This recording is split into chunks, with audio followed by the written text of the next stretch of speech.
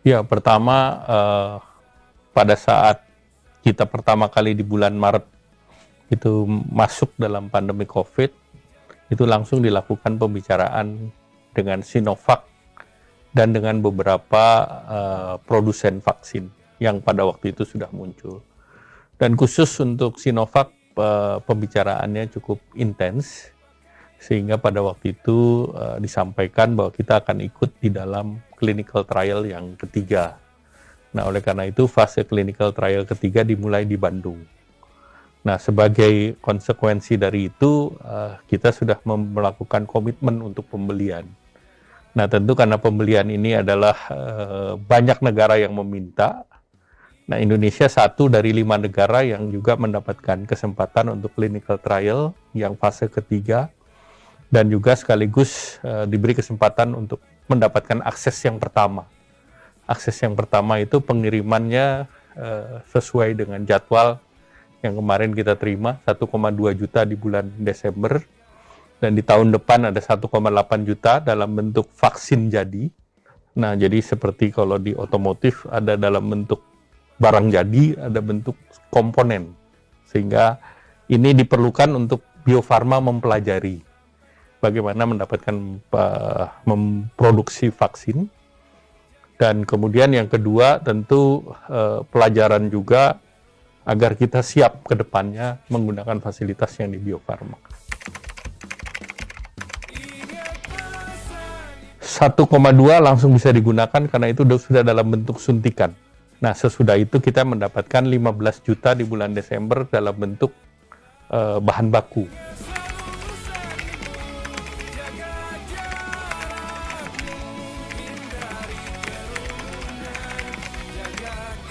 Ya, tentu evaluasi perlu didapatkan oleh Badan POM dan juga perlu mendapatkan seluruh informasi yang diperoleh oleh Sinovac dari berbagai negara di luar Indonesia.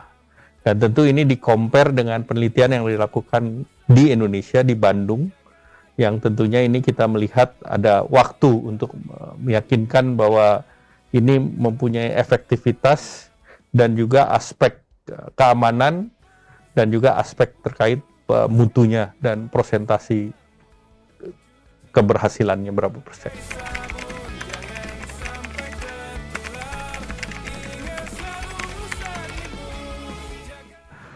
Pertama, kemarin Bapak Presiden sudah menyampaikan bahwa yang pertama kepada mereka yang di first line, frontliners. Nah, frontliners itu adalah tenaga kesehatan, dokter, perawat, nah tentu aparat, baik itu kepolisian maupun TNI. Nah, berikut yang tentunya dilihat level berikutnya adalah mereka yang rentan. Tapi yang pertama itu adalah yang tadi, tenaga kesehatan, polisi, tentara, dan mungkin Satpol PP dan yang lain.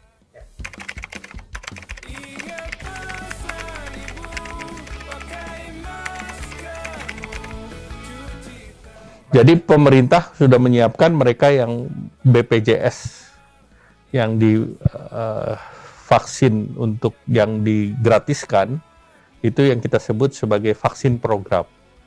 Nah, itu pemerintah menyiapkan untuk 32 juta mereka yang penerima bantuan iuran.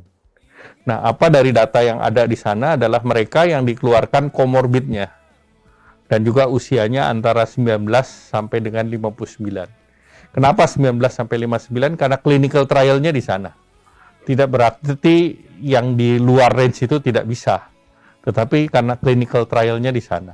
Nanti tinggal stage berikutnya seperti apa. Nah, pemerintah juga mempersiapkan yang sifatnya mandiri. Nah, sifat mandiri ini bisa kepada sektoral, misalnya sektor industri padat karya, di mana itu korporat yang memberikan beli gitu. Nah, itu bisa juga berdasarkan industri itu, kita cek dari BPJS Tenaga Kerja di sektor pariwisata, di mana korporasi juga yang bisa untuk melakukan pembelian untuk karyawannya. Nah, itu yang untuk mandiri ini disiapkan sebanyak 75 juta. 70. Nah, ini setelah yang vaksin program di awal. Nah, tahapan berikut yang mandiri. Dan untuk itu pemerintah kan sudah bicara bukan hanya dengan Sinovac, tetapi juga dengan Covax dan Gavi. Kemudian juga pemerintah berbicara dengan Pfizer, AstraZeneca, Novavax, dan juga pemerintah punya yang namanya vaksin merah putih. Jadi dengan demikian pemerintah mencari multi source daripada vaksin itu sendiri, tetapi delivery-nya sudah pemerintah siapkan. Semua harus sabar dan ada tahapan prioritas-prioritas. Karena itu prioritas kita mengikuti standar yang diberikan oleh WHO dan juga melalui ITAGI. Jadi mereka yang expert di bidang itu.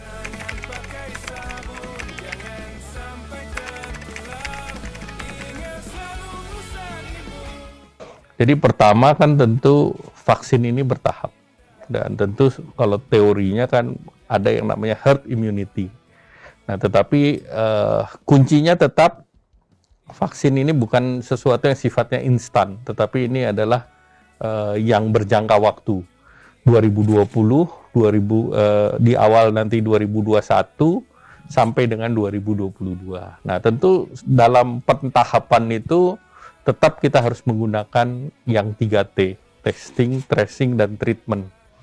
Nah, yang berikut adalah tetap 3M, menjaga jarak, memakai masker, dan mencuci tangan. Ya, itu norma itu tetap harus dijalankan karena vaksin itu akan berjalan secara bertahap.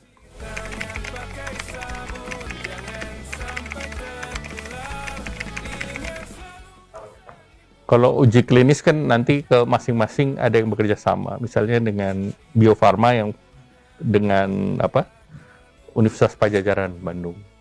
Kemudian nanti ada Universitas Gadjah Mada juga akan melakukan clinical trial dengan kerjasama dengan salah satunya dengan Taiwan misalnya, dengan Adimun. Kemudian nanti di Universitas Indonesia dengan yang lain, ada sebuah perusahaan Amerika yang juga sudah menyiapkan. Nah, masyarakat yang ingin berpartisipasi dalam clinical trial ya tentu bicara dengan universitas-universitas yang menyelenggarakan clinical trial, karena biasanya itu dilakukan oleh fakultas kedokteran di masing-masing universitas tersebut. Kuncinya tentu semuanya dikoordinasi oleh Kementerian Kesehatan dan Badan POM, karena untuk uji klinis itu perlu persetujuan dari Badan POM.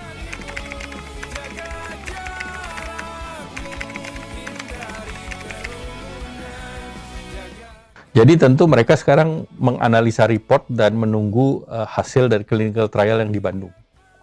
Nah, fase 3 clinical trial diharapkan pertengahan bulan Desember ini selesai datanya, sehingga mereka butuh 1-2 minggu untuk menganalisa data, meng-cross-check dengan data-data di negara lain.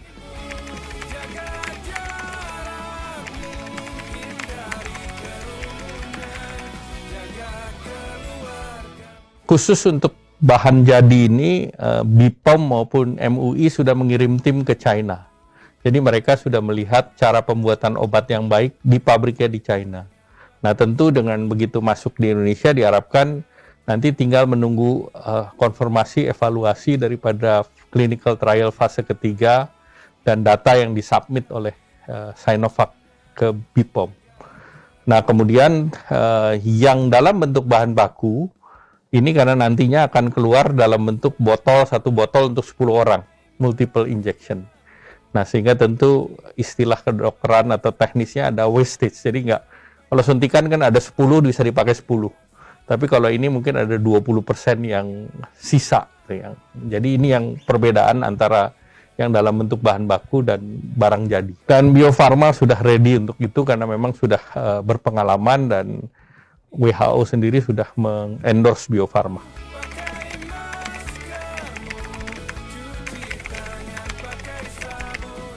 Pertama yang kita persiapkan ini kan untuk 32 juta plus 75. Nah itu kira-kira mendekati 65% daripada penduduk kita. Nah tentu nanti kita akan dorong lebih luas lagi sesuai dengan tahapan. Karena ini semua kan bertahap. Kita melihat efektivitasnya, kita melihat juga prosentasi keberhasilan, dan ini sambil kita lihat emergency use ini aplikasinya sambil berjalan tentu kita mempunyai pengalaman untuk melakukan vaksinasi secara lebih massal lagi. Jadi semua ini kan dalam bentuk paralel. Jadi dari vaksin itu sendiri paralel, kemudian pengobatan, treatment juga paralel, dan dengan data yang ada, sekarang tingkat keberhasilan kita kan sudah lebih dari 82%. Kemudian walaupun tingkat mortality-nya masih tinggi, tetapi itu yang terus ditekan, dan dalam pengalaman 9 bulan ini kelihatannya knowledge sharing-nya sudah mulai banyak.